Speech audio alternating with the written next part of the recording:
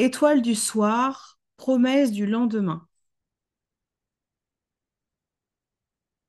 La femme du soleil couchant s'assit sur une falaise surplombant l'océan pour observer les petites cuvettes d'eau de mer déposées en contrebas par la marée.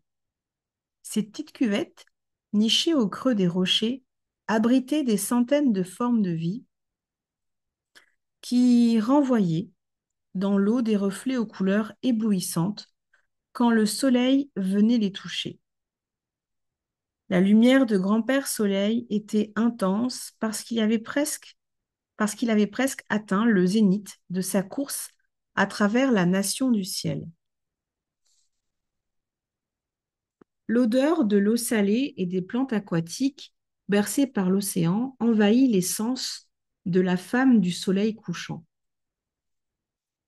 Elle prit une profonde inspiration pour remplir ses poumons d'air iodé. Le rythme des vagues la calmait, ponctué parfois par le bruit d'une lame qui se brisait et ramenait ses pensées à la maison dans son cœur.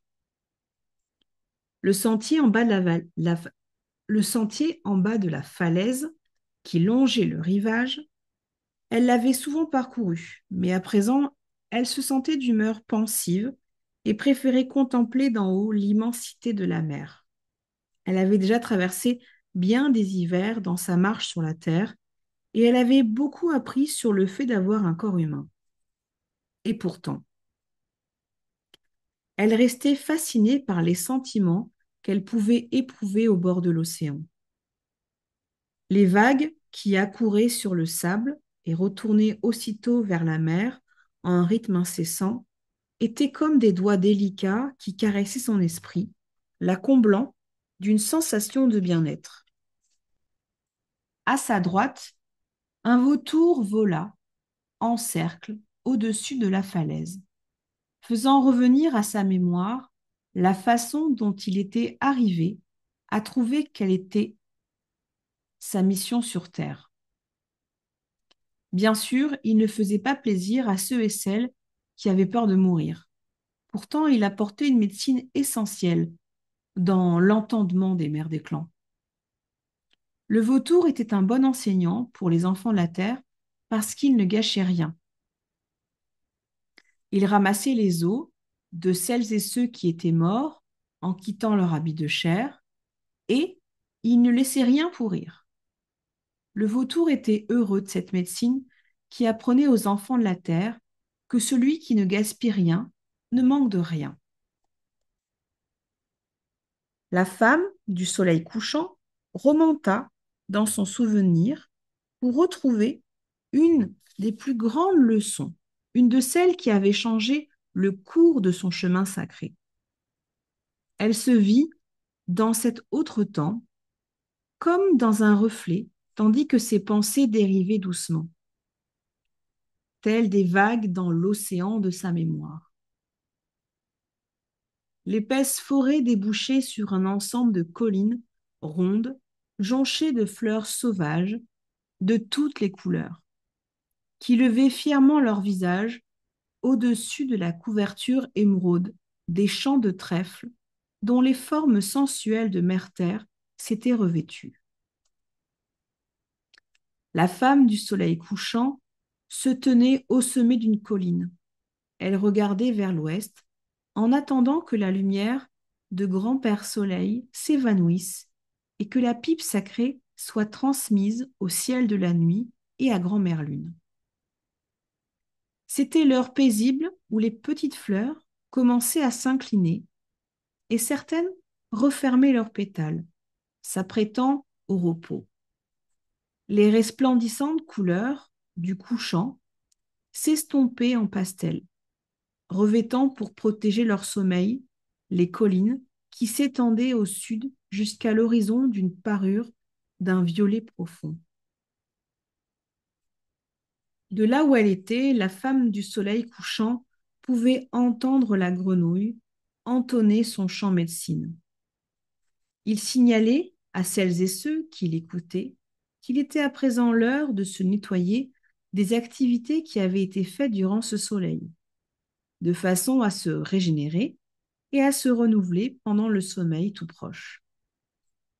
La mère de clan pouvait sentir l'odeur marécageuse du petit étang en bas dans la clairière. Le frais parfum de mer-terre montait en effluve de l'humus. La grenouille n'était pas en train de chanter sa chanson de pluie.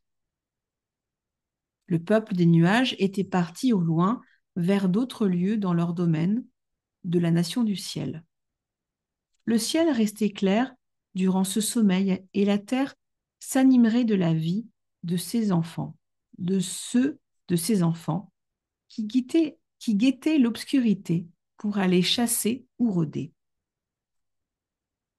Watagis, l'étoile du soir, passerait bientôt la tête à travers le manteau violet, couleur sauge de la nuit qui venait. La femme du soleil couchant se délectait toujours de ce moment où sa sœur, Watagis, apparaissait, annonciatrice de l'émergence du bol médecine des étoiles dans toute sa gloire.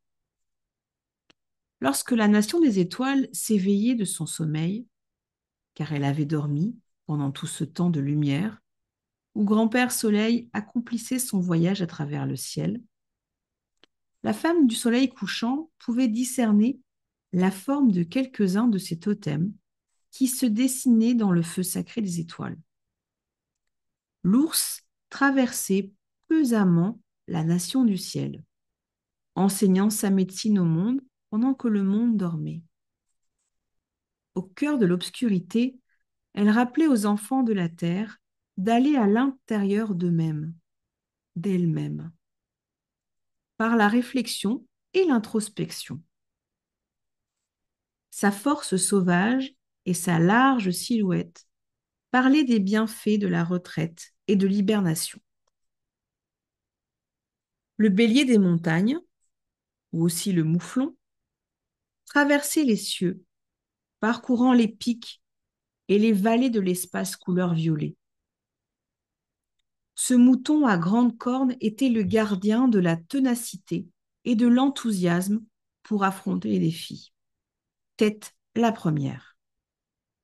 Les médecines enseignées par ces deux animaux avaient bien aidé la femme du soleil couchant pendant sa marche sur la terre, et elle guettait impatiemment les étoiles qui forment ces totems pour les remercier, comme elle le faisait chaque nuit quand la noirceur d'encre recouvrait le ciel. La femme du soleil couchant s'éveilla de ses pensées pour scruter l'endroit du ciel où Watagis devait apparaître. Elle se mit à chanter pour saluer avec toute la sincérité de son cœur l'étoile qu'appelait sa sœur.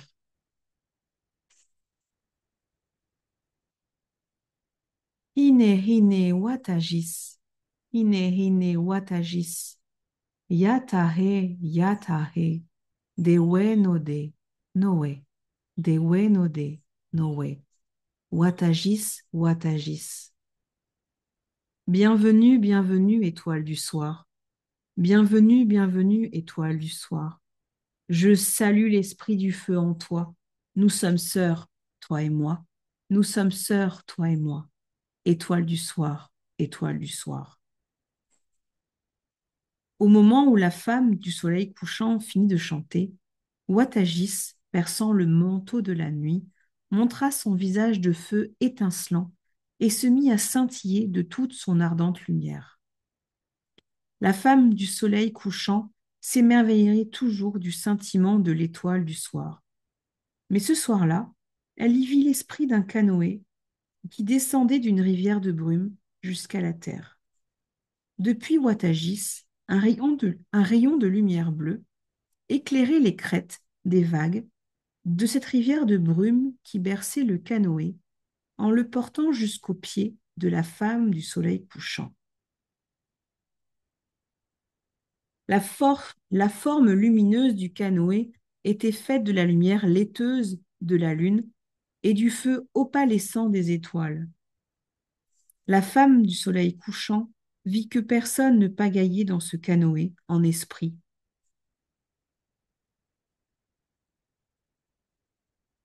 et elle se demanda si elle pourrait s'y installer. Elle se pencha pour regarder au fond du canoë et découvrit là un enfant, sanglé dans un berceau. Et emmitouflé dans un manteau de fourrure blanche, qui la fixait du regard. Le bébé souriait et la regardait au fond des yeux. La femme du soleil couchant réalisa que ce n'était pas un enfant ordinaire. Elle retrouva enfin sa voix. Merci d'être là, dit-elle, pour saluer l'enfant dans son berceau. L'enfant lui sourit en retour, puis lui répondit. Je suis l'enfant du futur, femme du soleil couchant. C'est l'étoile du soir qui m'a envoyé en ce canoë. J'ai voyagé sur la piste des feux allumés par les ancêtres, que certains des enfants de la Terre appelleront plus tard la Voie lactée. Je suis venu te montrer les sentiments qui sont cachés dans le secret de ton cœur et qui concernent le futur. La femme du soleil couchant, toujours recueillie dans la tranquillité, remarqua que les cris des bêtes de la nuit s'étaient tus. Elle prit une profonde inspiration avant de demander. Comment dois-je t'appeler? Je suis Watagis, l'étoile du soir, ta sœur. La femme du soleil couchant vit les yeux d'ébène de la fillette scintiller, et elle se sentit remplie d'une sensation de connaissance intérieure qui la rassérana. Elle voyait bien que cet enfant était un don de bol, médecine des étoiles, et qu'il n'y avait que de l'amour dans les intentions qu'exprimait son regard.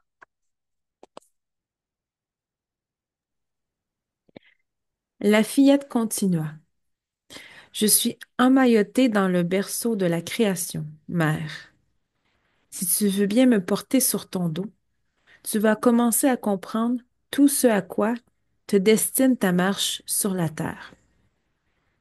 Je suis la promesse de tous les lendemains qui pourront exister. J'incarne tous les rêves de complétude et d'harmonie. Je représente chacun des esprits qui va voyager depuis le souffle du grand mystère jusqu'au ventre de la création, que l'on nomme le bol médecine des étoiles. Et enfin, jusqu'à la terre, pour naître en tant qu'humain à deux jambes. La femme du soleil couchant s'approcha du canoë et souleva avec précaution le berceau de la création. Doucement, elle passa les harnais sur ses épaules et installa bien l'enfant contre son dos. Puis, elle lui dit, Watagis, je te remercie d'être venu pour m'enseigner. Que veux-tu que je fasse maintenant? Un rire amusé s'échappa des toutes petites lèvres de la fillette. Puis elle répondit, nous allons jouer à une sorte de jeu, mère. As-tu remarqué que tu ne peux pas me voir, mais que tu peux en revanche sentir mon poids sur ton dos, qui te rappelle que je suis toujours bien présente, même si, pour toi, je suis invisible? Eh bien oui, cela ressemble à ça. Je peux déjà percevoir que les enfants du futur sont comme ça eux aussi. Je ne peux pas les voir parce qu'ils ne sont pas encore nés, mais pourtant, je dois toujours faire attention à leurs besoins, car ils auront besoin de nourriture, d'un abri, de feu, d'eau, d'air, d'une terre fertile et de pouvoir bénéficier du soutien de toutes leurs relations. Watagis continua, ravi de la rapidité de raisonnement de la mère de clan. Dis-moi, mère, quels sont les sens que tu dois utiliser ici, puisque tu ne me vois pas? Je dois entendre ta voix, sentir ta présence grâce à ton poids dans mon dos, respirer le parfum de ta douce chevelure et faire en sorte que mon corps soit en harmonie avec tes rythmes en anticipant tes mouvements pour que nous puissions marcher en équilibre quand je porte ton berceau. Watagis sourit. Ce sont exactement les mêmes facultés que les enfants humains de la Terre doivent développer pour pouvoir préparer le futur, mère. Ils doivent ressentir la présence et le poids des besoins des générations à venir, de façon à pouvoir trouver dans le présent l'harmonie et l'équilibre nécessaires. S'ils gaspillent les précieuses ressources de Mère Terre, il n'y aura pas de futur abondant pour les générations qui ne sont pas encore nées. Mais si les humains apprennent à porter le berceau de la création comme une partie invisible d'eux-mêmes, d'elles-mêmes, alors il n'y aura pas de séparation entre le présent et le futur. Tout ce qui est nécessaire pour survivre sur la bonne voie rouge sera naturellement disponible parce que tous ceux et celles qui vivent aujourd'hui auront pris la responsabilité des besoins des 7 générations à venir. La femme du soleil couchant demanda: Étoile du soir, que se passera-t-il si certaines des membres de la tribu humaine oublient ces enseignements? Oh, cela arrivera, mère, malheureusement.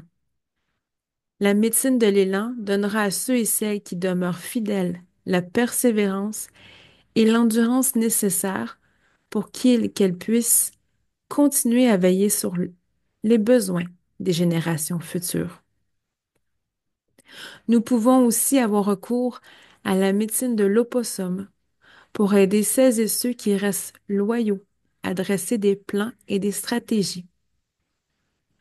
Celles et ceux qui marchent sur 2 jambes doivent se montrer flexibles et avoir la volonté de grandir et d'évoluer dans une perspective qui prenne en compte l'avenir.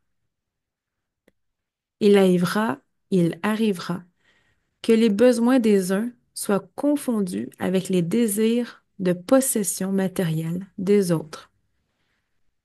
Certains, certaines plongeront dans l'avidité et voudront contrôler les masses. Chaque être humain aura l'occasion de faire face à ces défis en redécouvrant la connaissance intérieure qu'elle possède. La solution est entre tes mains. Tu es la mère de clan de l'Ouest, celle qui peut venir en aide aux enfants humbles et fidèles de la terre en leur montrant comment aller à l'intérieur d'eux-mêmes. La femme du soleil couchant approuva Watagis et lui fit part de ses pensées. J'ai remarqué que tu es bien au chaud dans ta fourrure couleur neige de grande ours blanche. Ce vêtement est sacré pour moi. L'ours m'a enseigné comment entrer dans ma caverne intérieure pour y trouver ma propre vérité. C'est grâce à ce qu'elle m'a appris que je peux vivre ma vérité chaque soleil et chaque sommeil durant. Si tous les enfants de la terre pouvaient trouver ainsi la connaissance intérieure, nous serions assurés de pouvoir transmettre aux générations futures un héritage qui leur permettra de vivre dans l'harmonie et l'abondance. C'est vrai, mère. Nous pouvons aussi leur enseigner ce que nous apprend le voyageur des déserts avec ses bosses sur le dos. Le chameau dispense sa médecine de savoir comment conserver et utiliser correctement ses ressources, même en situation de précarité. Sa contribution à la connaissance intérieure est sa faculté de pouvoir discerner quand et comment utiliser les ressources disponibles. L'ours vit sur ses réserves de graisse quand elle hiberne. Le chameau vit sur ses réserves d'eau quand il voyage dans le désert. Et les humains vivent dans l'abondance lorsqu'ils prennent et mangent uniquement ce dont ils ont besoin.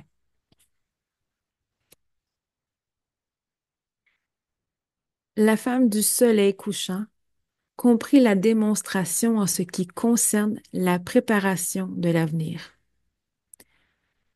Les enfants de la terre pourraient compter sur les abondantes ressources de ma terre s'ils apprenaient à les préserver. Mère, tu sais que je suis l'étoile du soir, mais savais-tu que je suis la promesse du futur? Parce que je suis aussi l'étoile du matin pendant 6 cycles lunaires. La femme du soleil couchant fut très surprise par la révélation de Watagis. Eh bien non, ça, je ne le savais pas, répondit-elle.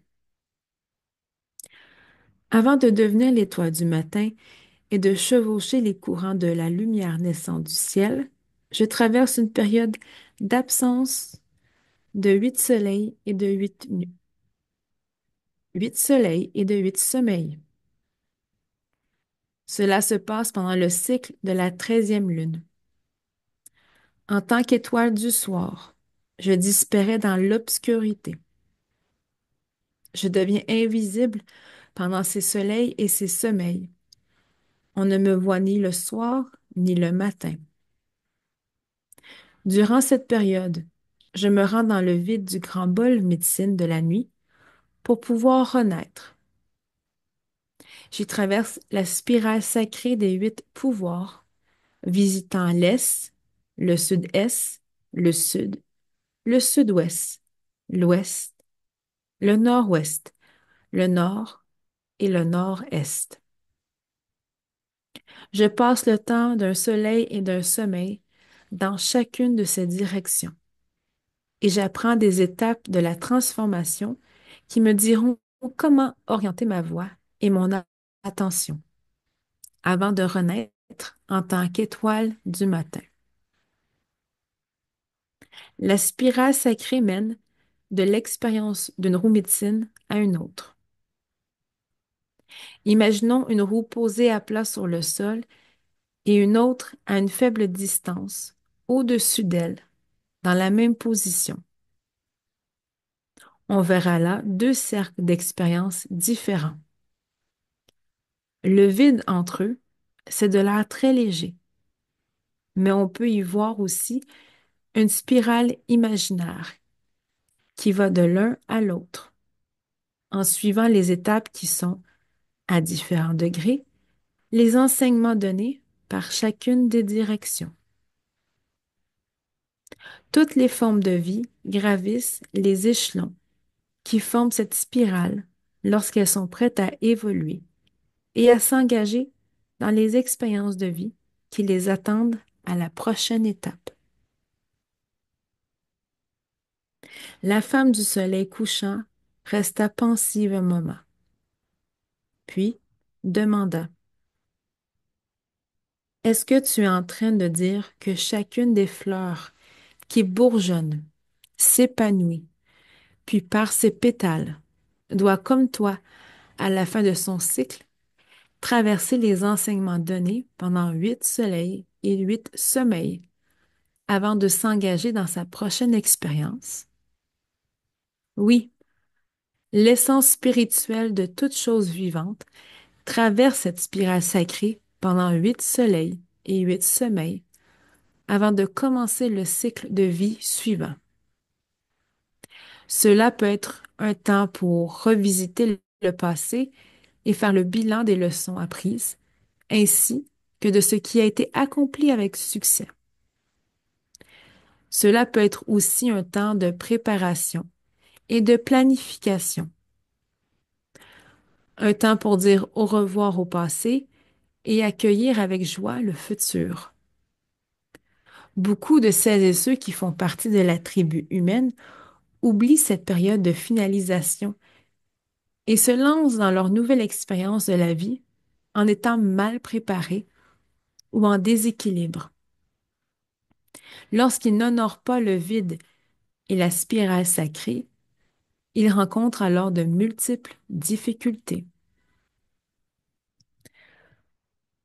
Watagis, lorsque tu traverses la spirale sacrée, qu'est-ce qui t'arrive?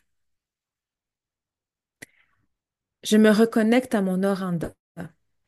et je laisse partir mon passé en étant reconnaissante pour tout ce que j'ai appris.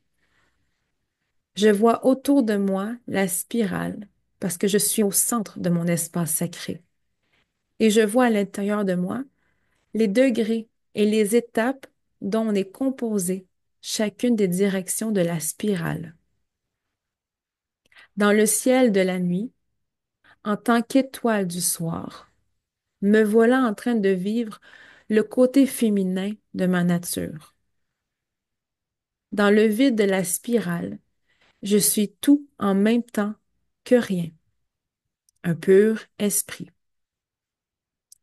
Au bout des 8 soleils en tant qu'étoile du matin, je vis le côté masculin, démonstratif de ma nature.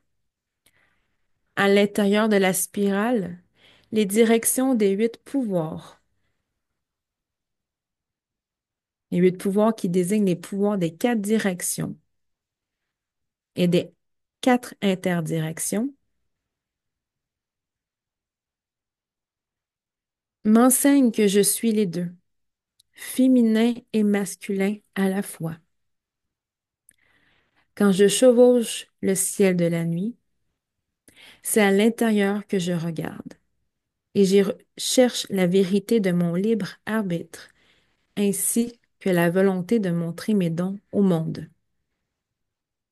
En tant qu'étoile du matin, j'apporte toutes ces vérités personnelles à la lumière et je partage celle que je suis avec tous ceux et celles qui cherchent l'aube naissante. La femme du soleil couchant compris. Les deux côtés de ta nature coexistent dans ton voyage. L'ouest est le féminin et l'est le masculin. Pendant ton absence de 8 soleils et 8 sommeils, quand on ne peut pas te voir dans la nation du ciel, tu montres à l'humanité comment se connecter à l'Oranda. Tu enseignes à l'humanité comment équilibrer les énergies féminines, masculines et divines du grand mystère qui vit en toutes choses. N'est-ce pas? Oui, je montre aussi les possibilités infinies qui résident dans le chiffre 8. Quand l'humanité aura développé sa compréhension des deux roues médecines qui forment le monde de l'esprit et le monde tangible, elle découvrira que les deux sont en réalité un seul ensemble infini d'enseignements. La femme du soleil couchant vit la bonté que le grand mystère avait placée dans toutes les parties de la création, et elle fut reconnaissante que son rôle dans ce plan en extension est amené Wattagis sur son chemin. Le berceau de la création ne contenait pas seulement le potentiel de tous les enfants à naître dans le futur, mais il avait aussi donné à chaque enfant la capacité d'exprimer son côté masculin aussi bien que son côté féminin, quel que soit son genre. Tous pourraient exprimer leur volonté personnelle, parce que chaque enfant de la Terre portait en lui, en elle, la faculté d'être guidé par son oranda. La promesse du futur vivait à l'intérieur de chaque être humain, tout comme elle vivait en Wattagis, l'étoile du soir. Le peuple de la Terre pouvait être rassuré, assuré d'un futur lumineux en accordant les deux côtés de sa nature avec son essence spirituelle. Car c'est ainsi que chacun d'entre eux pourrait se connecter à l'infinie capacité de créer, ce qui sera demain en vivant aujourd'hui dans l'harmonie. La femme du soleil couchant sentit que Wattagis remuait dans son berceau et elle entendit le petit soupir que l'enfant laissa échapper. La mère de clan enleva doucement le berceau de son dos pour bercer un petit moment Wattagis dans ses bras. Les yeux de la fillette papillonnèrent et se firent lourds. Que même un enfant tissé de la lumière des étoiles ait besoin de dormir, fit sourire la femme du soleil couchant. Elle l'embrassa sur la joue et lui promit silencieusement de bien garder dans son cœur ce qu'elle venait d'apprendre. Le marchand de sable était passé sur les paupières de la petite, l'envoyant au royaume des rêves bienheureux. La femme du soleil couchant disposa le berceau dans la fourrure de grande ours blanche et le blottit au fond du canoë en esprit. Avant qu'il ne reparte, la mare de clan glissa une fleur sauvage, endormie, dans le lassage du bébé. Elle était sûre que le parfum toucherait les sens de la fillette, emplissant ses rêves du souvenir de ce temps qu'elles venaient de passer ensemble. Doucement, le canoë en esprit s'éleva, comme porté par des mains d'une luminosité lunaire, faite de la clarté venant de l'étoile du soir. Le canoë en esprit entra dans le courant de lumière et s'évanouit dans le ciel de nuit. La mère de clan se sentit mélancolique. Elle percevait de nouveau les bruits des animaux qui vivent la nuit et qui recommençaient à se mettre en chasse. De temps à autre, les ululements et petits cris de ces enfants de la nuit la réconfortaient et lui donnaient le sentiment d'avoir de la compagnie. Alors que la mère de clan repartait en direction de la hutte qu'elle avait construite à l'orée de la forêt, elle entrevit une tache de lumière blanche à la limite de son champ de vision. Elle se retourna pour découvrir ce qu'était cette lueur. Il y avait là, sur le trèfle et les fleurs sauvages, la fourrure de grande ours blanche, un cadeau de Watagis. La femme du soleil couchant souleva le vêtement et le plaça sur ses épaules, pleurant de joie et de gratitude. Elle regarda vers le ciel, là où était Watagis avant. La flamboyante lumière de l'étoile du soir étincela en signe de reconnaissance, puis disparut et réapparut comme pour rappeler à la mère de clan les deux côtés de sa nature. Recevoir et donner étaient indissociablement les deux façons sacrées de trouver l'équilibre.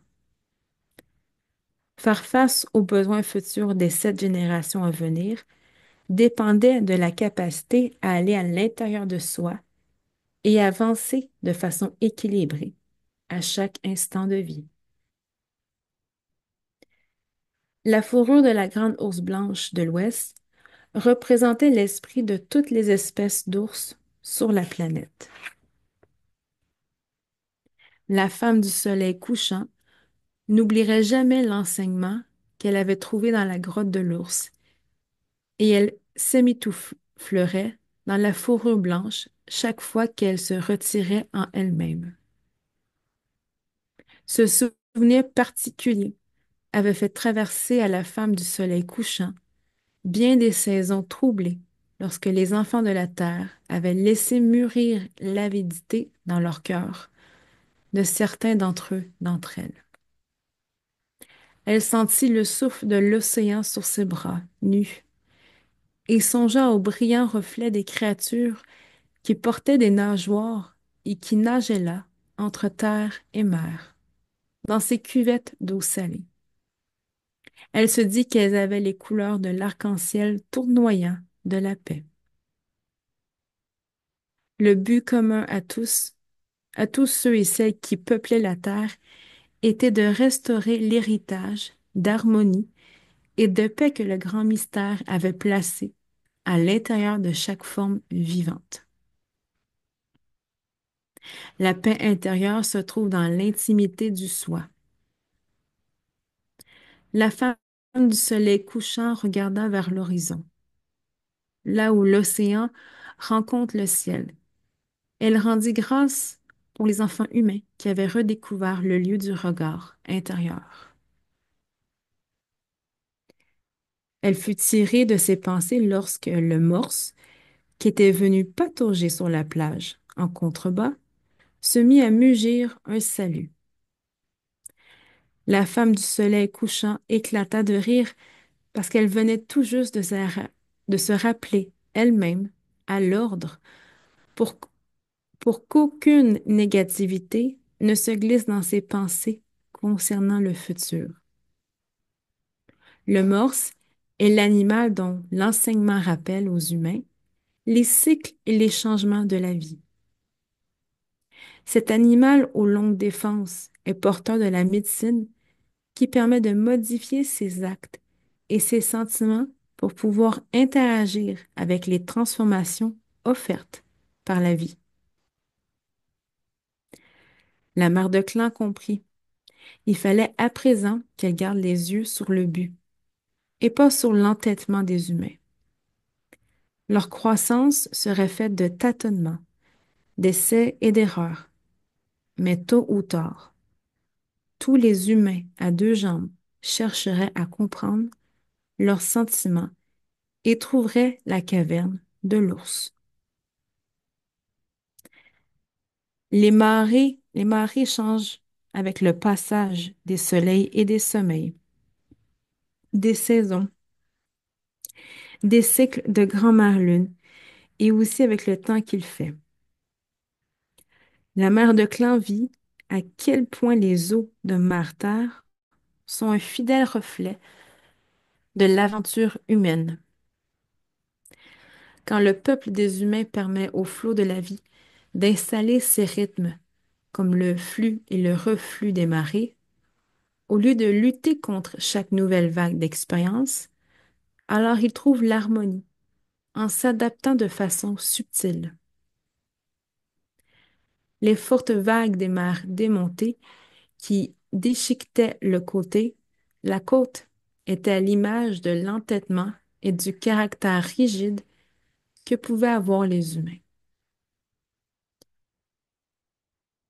La femme du soleil couchant comprit que les exemples qui montraient naturellement l'existence des mondes à l'intérieur des mondes étaient d'infinis reflets de la façon de vivre dans l'harmonie. Elle attendait avec impatience le jour où tous les enfants humains recouvreraient cette même connaissance intérieure. Grand-père Soleil est en train de mettre la lumière au repos, peignant le ciel aux couleurs des feuilles d'automne. La femme du soleil couchant le contempla jusqu'à ce que son corps, qui ressemble à une citrouille flamboyante, touche l'horizon et s'enfonce dans la mer.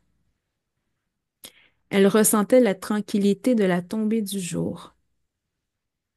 Le chef de clan du vent y mit un sifflement, comme si le feu de grand-père Soleil s'était mélangé aux eaux de Martyr, en signalant par une imperceptible fumée que la pipe sacrée était en train de passer du jour à la nuit. Les rayons du soleil qui avaient apporté au grand mystère les paroles de remerciement des hommes durant la journée conféraient à présent cette tâche sacrée au point de lumière qui apparaissait dans le bol médecine, les étoiles du ciel de la nuit. La femme du soleil couchant se mit debout et leva les bras en direction de la nation du ciel, en rendant grâce pour tout ce dont elle avait fait l'expérience durant ce soleil.